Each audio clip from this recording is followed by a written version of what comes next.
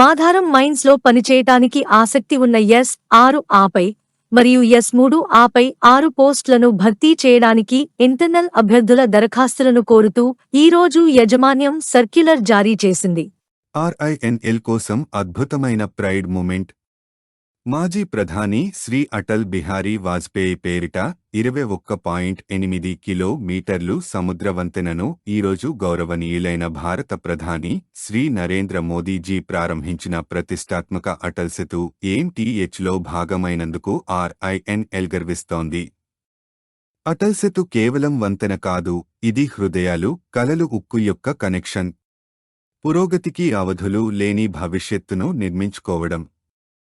2017 నుంచి కార్మికులకు వేతన బకాయిలు చెల్లించాలని, వీఎస్పీలో నూతన వేతనాలు అమలు చేయాలని, కాంట్రాక్ట్ కార్మికులకు నూతన వేతనాలు నిర్ణయించాలని, పెండింగ్ ఎలవెన్సులను తక్షణం పరిష్కరించాలని, విశాఖ ఉక్కులో ప్రైవేటీకరణ చర్యలు నిలిపివేయాలని, గ్రాట్యుటీ సీలింగ్ ఎత్తివేయాలని, ఖాళీలను భర్తీ చేయాలని, కొత్త ప్రమోషన్, ఇన్సెంటివ్ పాలసీలు రూపొందించాలని, పెండింగ్ సమస్యలు పరిష్కరించాలని లేనిచో జనవరి 29 మరియు 30 తేదీలలో 2 రోజుల పాటు సమ్మె తప్పదని స్టీల్ యాజమాన్యాన్ని అఖిలపక్ష కార్మిక సంఘాలు హెచ్చరించాయి. Doctor Sanjay Rai, joint secretary, ఉక్కు మంత్రిత్వ శాఖ, కేంద్ర ప్రభుత్వం మరియు డైరెక్టర్ RINL ఖర్చు తగ్గింపు చర్యలపై కీలక మార్గదర్శకత్వం అందించారు. అతని దూరదృష్టి విధానం నిస్సందేహంగా ప్రక్రియలను క్రమబద్ధీకరించడానికి మరియు సరైన వనరుల వినియోగాన్ని నిర్ధారించడానికి RINL ప్రయత్నాలను బలపరుస్తుంది. భద్రత విషయాలపై CMM డిపార్ట్మెంట్ ప్రధానాధికారి శ్రీ గణేష్ కుమార్ గారిని ఈరోజు CITU నాయకులు కలిసి చర్చించడం జరిగింది. భద్రతా ప్రమాణాలను మరింత మెరుగుపరచాలని కోరారు. బోనస్ బకాయి మొత్తం 8,000 రూపాయలు ఈరోజు అన్ని బ్యాంకులకు పంపడం జరిగిందని గుర్తింపు సంఘం మరియు మిత్రపక్షాలు తెలియచేశాయి.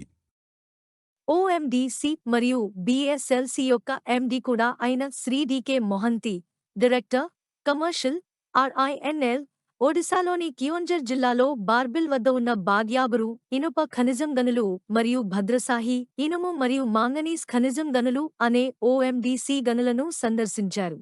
నూతన TMC విధానాన్ని వ్యతిరేకిస్తూ RMHP డిపార్ట్మెంట్లో ప్రస్తుతం ఖాళీ అవుతున్న పోస్టులను భర్తీ చేయాలని డిమాండ్ చేస్తూ ఈరోజు మధ్యాహ్నం 2 గంటలకు RMHP డిపార్ట్మెంట్ ప్రధానాధికారి శ్రీ పరుచూరి శ్రీనివాస్ మరియు HR zonal incharge Shri Subrahmanyam గార్లకు CITU నాయకులు, కార్యకర్తలు వినతి పత్రం అందజేశారు.